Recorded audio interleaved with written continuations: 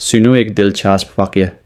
ایک بوڑھا کمہار جس کا جسم کمزور تھا مگر روح مضبوط، اور ایک شہزادی جس کا جسم تو سلکن پوشاک میں لپیٹا تھا لیکن اس کا دل بے چین تھا۔ ایک وقت کا ذکر ہے کہ کسی شہر کے کونے میں ایک پرانا کمہار رہتا تھا۔ اس کا نام تھا بابا غفر۔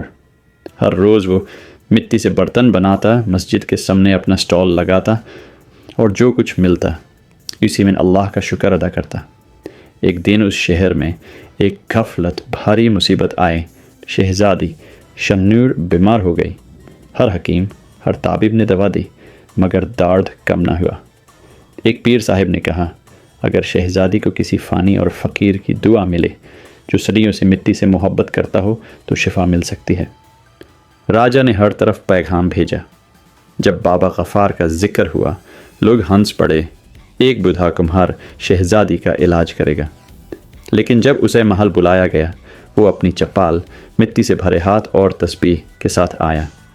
شہزادی کو دیکھ کر اس نے صرف اتنا کہا، مٹی سے پیدا ہوئے ہیں، مٹی میں لوٹنا ہے۔ جو روح اللہ کی طرف رجوع کرے وہ ہر دوڑ سے آزاد ہو جاتی ہے۔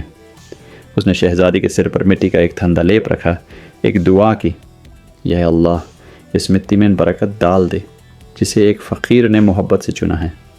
صبح ہونے سے پہلے شہزادی بالکل ٹھیک ہو گئی۔ راجہ حیران تھا۔